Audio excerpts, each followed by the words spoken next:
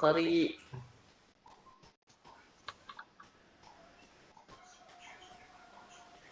Ya, baik. Sudah. Gimana Pak? Oh, udah muncul Pak Bukhari? Udah muncul belum? Sudah. Baik, mangga. Ya. Soalnya saya lihatnya di ini ya, di PDF HP. Soal pertama, manakah pernyataan yang tidak benar mengenai sifat Ar-Rahman? A. Ar-Rahman menunjukkan kasih sayang Allah yang meliputi seluruh makhluk. B. Sifat Ar-Rahman hanya berlaku bagi orang-orang yang beriman. C. Rahmat Allah merupakan dasar dari segala nikmat yang kita terima. D. Ar-Rahman mendorong kita untuk selalu bersyukur. Jawabannya adalah B. Sifat Ar-Rahman hanya berlaku bagi orang-orang beriman. Nah, ini pernyataan yang tidak benar. Sifat Ar-Rahman berlaku untuk seluruh makhluk, baik mukmin maupun kafir. Soal nomor 2. Apa implikasi dari sifat Al-Malik bagi kehidupan seorang muslim? A. Membuat seorang muslim menjadi sombong karena merasa memiliki segalanya. B. Menumbuhkan rasa pasrah dan tidak mau berusaha. C. Mendorong seorang muslim untuk selalu berusaha dan bertawakal kepada Allah. D. Membuat seorang muslim takut dan khawatir akan masa depan. Jawabannya adalah C. Mendorong seorang muslim untuk selalu berusaha dan bertawakal kepada Allah. Berikutnya soal nomor 3. Perhatikan pernyataan berikut. Meskipun Allah Maha Kuasa, namun Dia juga Maha Pengasih. Pernyataan di atas menunjukkan hubungan antara sifat A. Al-Malik dan Al-Khabir, B. Ar-Rahman dan Ar-Rahim, C. Al-Malik dan Ar-Rahman, D. Ar-Rahman dan Al-Qawi. Jawabannya adalah C. Al-Malik dan Ar-Rahman karena menunjukkan keseimbangan antara kekuasaan mutlak Allah dan kasih sayang Allah. Soal berikutnya, manakah contoh konkret yang paling tepat untuk menggambarkan implementasi sifat Ar-Rahman dalam kehidupan sehari-hari? A. Seorang siswa yang selalu mendapatkan nilai terbaik di kelas. B. Seorang pengusaha yang selalu mengejar keuntungan sebesar-besarnya. C. Seorang ibu yang merawat anaknya dengan penuh kasih sayang. D. Seorang atlet yang selalu berusaha memenangkan setiap pertandingan.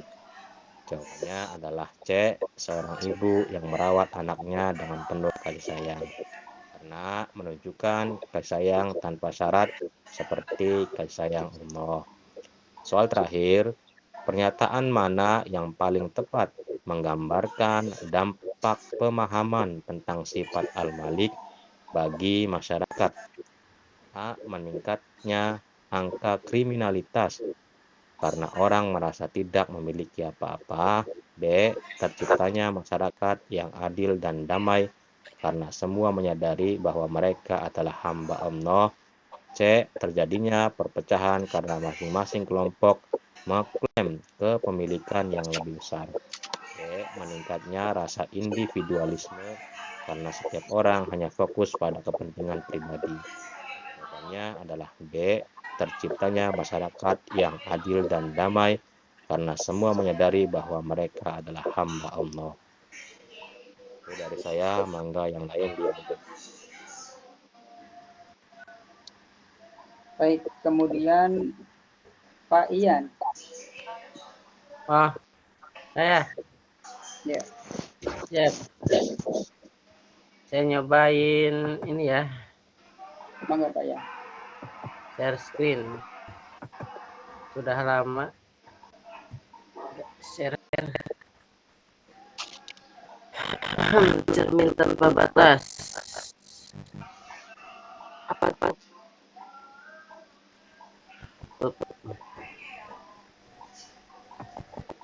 Kelihatan? Kelihatan Kak. Sudah Pak Ian.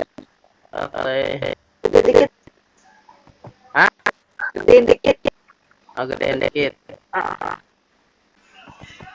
Ya, cukup. Terima kasih Pak.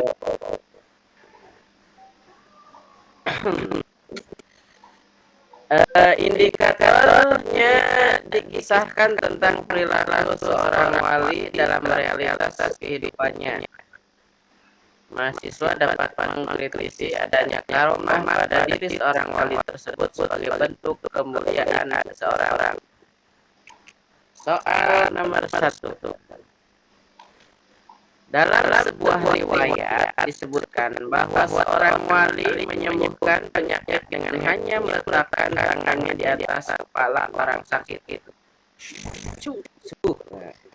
Berdasarkan pernyataan tersebut, manakah pernyataan yang paling tepat mengenai konsep karomah dalam konteks ini? Karomahnya.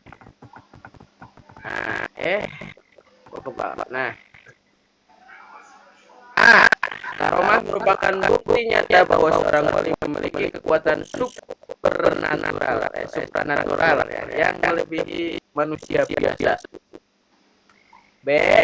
Kemampuan menyembuhkan penyakit merupakan anugerah Allah yang diberikan kepada siapa saja yang beriman, tidak terlepas pada wali. C. Karomah dapat menjadi sarana untuk menguji keimanan seseorang. Apakah ia benar-benar percaya pada kuasa Allah? D. Konsep karomah perlu dikaji ulang dalam konteks modern karena dapat memicu mispersepsi tentang agama. Dan E. Karomah dapat menjadi motivasi bagi seseorang untuk terus beribadah dan mendekatkan diri kepada Allah. Coba, boleh di jawabannya apa? Jika Ian tahu aja, saya lagi lihat tulisannya. Perlu Pak Ian sini. Ya. Pilih yang paling panjang jawabannya. Jawabannya paling panjang. Jawabannya. Iya, tapi ragu-ragu ya. Tidak terbatas kepada wali. Karena kan harusnya kalau karomah itu kan memang untuk wali. Tapi ada tidak terbatas pada wali. Jawabannya A. Dikunci ya, jawabannya A ya. Atau yang lain ya. Bantuan ke dokter. Jawabannya adalah Apa ini? Nah, ini analisisnya ya. Pilihan A itu pernyataan ini terlalu mengabsolutkan kekuatan supranatural wali. Meskipun karomah memang menunjukkan kemampuan di luar biasa manusia, namun tetap berasal dari Allah. Nah, pilihan B, pernyataan ini benar sebagian. Kemampuan menyembuhkan memang anugerah Allah, namun karomah lebih spesifik terjadi pada individu tertentu yang diakui sebagai wali. Pilihan C, pernyataan ini kurang tepat. Karomah bukan semata-mata untuk menguji iman, melainkan lebih kepada manifestasi kekuasaan Allah dan hambanya yang dipilih. Pilihan D, meminta kajian ulang terhadap konsep karomah dalam konteks modern terlalu ekstrim. Konsep ini sudah mapan dalam Islam dan tidak perlu diragukan. Dan pilihan E, inilah jawaban yang paling tepat. Karomah dapat menjadi motivasi bagi seseorang untuk terus beribadah dan mendekatkan diri kepada Allah. Melihat peristiwa tersebut, seorang akan terinspirasi untuk berusaha menjadi lebih baik dan mendekatkan diri kepada Sang Pencipta. Kesimpulan, berdasarkan analisis di atas, jawaban yang paling tepat adalah E. Karomah dapat menjadi motivasi seorang untuk terus beribadah dan mendekatkan diri kepada Allah. Ya Allah. Saya salah, Pak. Ya Bu, belajar. Saya juga. Makasih. Selanjutnya, soal nomor 2. Seseorang wali seringkali digambarkan memiliki kemampuan untuk mengetahui hal-hal yang gaib. Orang berpendapat bahwa hal ini bertentangan dengan akal sehat. Bagaimana pandangan Anda mengenai hal tersebut? A. Kemampuan mengetahui hal-hal gaib merupakan bukti otentik bahwa seseorang telah mencapai derajat wali. B. Konsep gaib sulit dipahami oleh akal manusia, sehingga kita harus menerima betul saja apa yang telah terjadi. Kemampuan mengetahui hal-hal gaib dapat ditafsirkan sebagai intuisi yang kuat atau karunia khusus dari Allah. Mengklaim memiliki kemampuan mengetahui hal-hal gaib dapat menyesatkan orang lain dan melanggar prinsip-prinsip agama. Semua orang berpotensi memiliki kemampuan mengetahui hal-hal gaib jika mereka terus berlatih dan bermeditasi. Nah, manakah jawaban yang paling tepat untuk saudari Anis? Mana ya Pak? Empat. Mana yang kakak? Ayo, mana? C. Bagus C. Oke, C. Apakah jawabannya C? Kita bahas. Pilihan A, pernyataan ini terlalu menyederhanakan konsep wali. Kemampuan mengetahui hal-hal gaib hanyalah salah satu dari banyak kemungkinan karunia yang diberikan kepada wali dan bukan satu-satunya bukti otentik. Pilihan B, mengatakan bahwa kita harus menerima begitu saja apa yang akan terjadi tanpa berusaha memahami adalah sikap pasif dan tidak sesuai dengan ajaran Islam yang mendorong kita untuk berpikir dan mencari ilmu.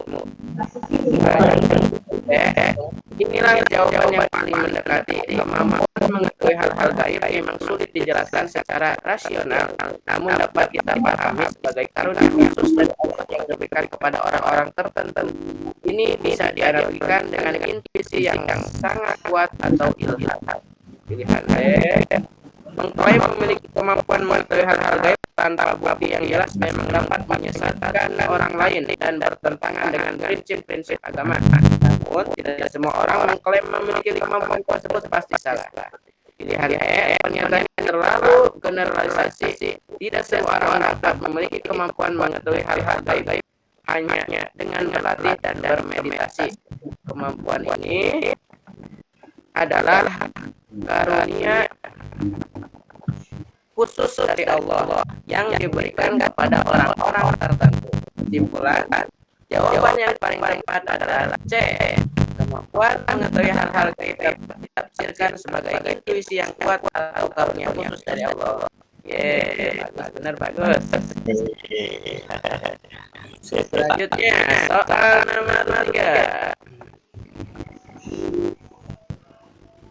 Banyaknya kisah tentang wali yang melakukan tindakan-tindakan yang dianggap ajaib, seperti berjalan di atas air atau menghidupkan orang mati. Bagaimana Anda menanggapi fenomena ini? A. Kisah tersebut merupakan bukti nyata bahwa wali memiliki kekuatan yang melampaui batas manusia. B. Kisah-kisah tersebut dapat menjadi inspirasi bagi kita untuk berbuat baik dan menolong sesama. Kisah-kisah tersebut perlu dikaji secara kritis karena bisa menjadi mengandung unsur mitos atau hiperbola. D. Kisah-kisah tersebut dapat menimbulkan sikap takabur dan sombong pada diri seseorang. Kisah-kisah tersebut menunjukkan bahwa agama mengajarkan kita untuk percaya pada hal-hal yang kita masukkan. Nah, gimana? Jawabannya apa? Yang Apa? Yang mana? Ada yang B. yang bagus yang Leli yang ketiga D. B. Oh, B. Kita lihat soalnya. Jawabannya apa Pak Ian? Jawabannya Pak Ian ya. Ya. Bagaimana Anda mengerti ini? Bukan B. Bukan B. Apa? C. Leli. D. C. Masih pada bingung ya. Ya, jawabannya kita bahas di analisis. Pilihan A, pernyataan ini terlalu mengabsolutkan kekuatan wali. Meskipun kisah-kisah keajaiban itu ada, kita perlu berhati-hati menyikapinya. Tidak semua kisah harus dianggap sebagai bukti nyata secara literal. Pilihan B, ini adalah pandangan yang positif. Kisah-kisah wali dapat menjadi inspirasi bagi kita untuk berbuat baik dan meneladani akhlak mereka. Pilihan C, inilah jawaban yang paling tepat. Kita perlu memiliki sikap kritis terhadap setiap kisah, termasuk kisah-kisah tentang wali. Tidak semua kisah harus diterima begitu saja tanpa dikaji lebih lanjut. Mungkin ada unsur mitos, perbola, atau penafsiran yang berbeda-beda. Nah, pilihan D, meskipun ada potensi terjadinya kesombongan, namun tidak semua orang akan bereaksi seperti ini. Sikap seseorang dalam menanggapi kisah-kisah keajaiban sangat tergantung pada pemahaman dan keimanannya.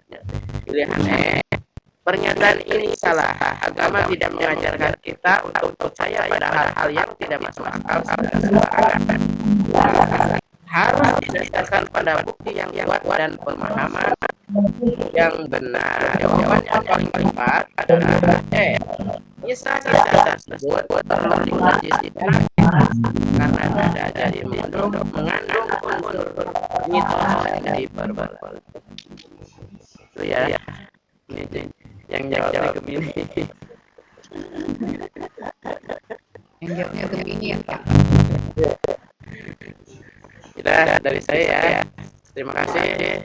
Baik. Jalan-jalan aja. Bu Eli. Mangga. Ya, terima kasih Bapak. Jalan. Minta tolong. Baik. Bentar. Terima kasih. Alhamdulillah. Berapa orang lagi nih? Oh, Pak Ahmad. Iya. Assalamualaikum warahmatullahi wabarakatuh. Waalaikumsalam. Waalaikumsalam warahmatullahi wabarakatuh. Saya akan membacakan soal 4 indikator soalnya yang disajikan kisah tentang satu peristiwa yang terjadi dalam kehidupan manusia yang begitu fenomenal sehingga membuat manusia terkaget-kaget. Mahasiswa dapat menyimpulkan bagi manusia yang mempercayainya. Materi, makna dan peluang dan zahir supaya dalam akidah tidak Islam. Satu. Kan ayat bawa ini paling umum yang bawa puasa ini yang bawa puasa ini bawa lagi bawa lagi Pak. Nah, ini Pak ya ini dasar ya. Contoh soal kita lanjut. Konteks kisah seorang wali Allah yang mampu menyembuhkan penyakit dengan doa dan sentuhan tangannya. Banyaknya orang berdatangan padanya untuk meminta kesembuhan. Soal peristiwa penyembuhan yang dilakukan oleh wali Allah tersebut dapat dikategorikan sebagai mukjizat karena hanya orang-orang pilihan yang memiliki kemampuan tersebut. B. Karomah sebagai tanda keistimewaan dari Allah Subhanahu wa taala. C. Sihir putih karena menggunakan kekuatan gaib untuk tujuan kebaikan. D. Kemampuan medis yang belum terungkap secara ilmiah. E. Rezeki yang diberikan Allah Subhanahu wa taala pada orang yang beriman. Ya bapak-bapak, ibu-ibu, maaf tulisannya belum dirangkai ya. Mana kira-kira yang jawabannya yang tepat sebelum ini membuka?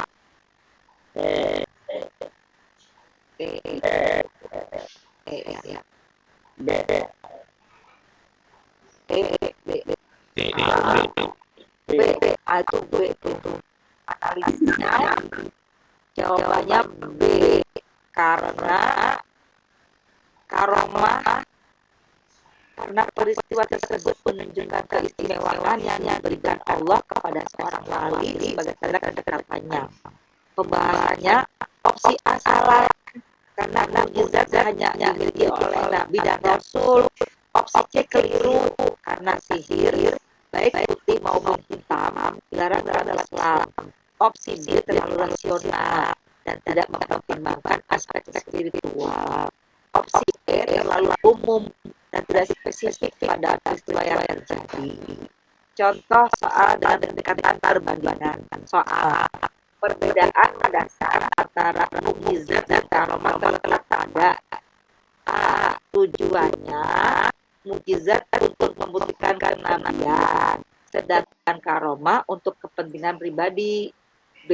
Sumbernya mukjizat dari Allah Subhanahu wa Ta'ala, sedangkan karomah dari jin. C. Bentuknya mukjizat selalu berpisah fisik, sedangkan karomah pisah fisik atau spiritual. D. Penerimanya mukjizat hanya untuk nabi, sedangkan karomah untuk siapa saja. E. Frekuensinya mukjizat terjadi sekali seumur hidup, sedangkan karomah bisa terulang. Mana Bapak Ibu jawabannya benar. Sudah kebuka dari demi tujuan. D. Yang D. Itu Benar A. ada jawabannya. Yang D. B. Coba ya. D. Keterangannya jawabannya A, tapi Jawabannya benar, jawabannya A katanya Gemininya ya. B ya. Karomah dari jin ya. ya itunya. A. Tujuannya katanya jawabannya yang benar adalah A. Mukjizat bertujuan membuktikan kenabian, sedangkan karomah adalah tanda keistimewaan. Nah, di opsinya nggak ada Bu Darel. Yang A ya. Iya. Ada. Itu A tujuannya. Kepentingan pribadi di A-nya. Itu A, yang A Pak Said. A Iya, tujuannya mukjizat untuk Yang A poinnya beda tuh. Iya, beda opsinya, Bu. berarti beda ya. Iya. Baik. Makanya Gemini nggak Makanya kita bingung tadi ya. jawabnya. Ya. D. Yang D. Sebenarnya sih A benar. A sih jawabannya. Hanya saja yang di opsinya kalimatnya kepentingan pribadi, Bu. Makanya itulah Gemini salah itu. Ya. Baik, lanjut Kasih Bapak ya Said ya. Ya. Jujur-jujur, Bu. Ya, lanjut. Contoh soal dengan pendekatan kontekstual. Soal dalam masyarakat modern masih banyak orang yang percaya pada dukun dan paranormal. Fenomena ini dapat dikaitkan dengan A. Ketidaktahuan masyarakat tentang agama. B. Kegagalan ilmu pengetahuan dalam menjelaskan segala fenomena. C. Keinginan manusia untuk mendapatkan kekuatan gaib. D. Pengaruh budaya populer yang menampilkan unsur mistis. E. Semua jawaban di atas benar. Mana yang benar? Semua jawaban benar. Pengaruh benar semua ya. Jawabannya isu. Jawabannya benar semua. Kepercayaan pada dukun dan paranormal dipengaruhi oleh berbagai faktor, termasuk yang paling benar yang mana? Kegagalan ilmu pengetahuan, keingintahuan akan kekuatan gaib, dan pengaruh budaya populer. Baik, mangga Bu. Ya, terima kasih. Udah ya? Oh, masih ada. Contoh soal dengan pendekatan evaluatif. Soal berdasarkan pemahaman Anda tentang mukjizat, karomah, dan sihir, manakah yang pernyataan berikut yang paling tepat? A. Semua kejadian yang tidak dapat dijelaskan secara ilmiah pasti merupakan mukjizat atau karomah. B. Sihir selalu memiliki efek negatif bagi pelakunya maupun korbannya. C. Kepercayaan pada kekuatan gaib dapat menghambat perkembangan ilmu pengetahuan. D. Semua orang berpotensi memiliki karomah jika rajin beribadah. E. Mukjizat dapat terjadi pada siapa saja yang memiliki iman yang kuat. Apa Pak Yan? Jawabannya B, Bu. B. Sihir. Iya. Iya. Hah? Pak Yan. Tidak Benar. Jawaban benar C. Kepercayaan pada kekuatan gaib dapat menghambat perkembangan ilmu pengetahuan karena cenderung mengabaikan penjelasan ilmiah. Ya, demikian. Terima kasih Bapak Ibu. Mohon maaf Baik. kalau ada kesalahan. Terima kasih Mas Said. Sami-sami. B juga benar Bu tadi.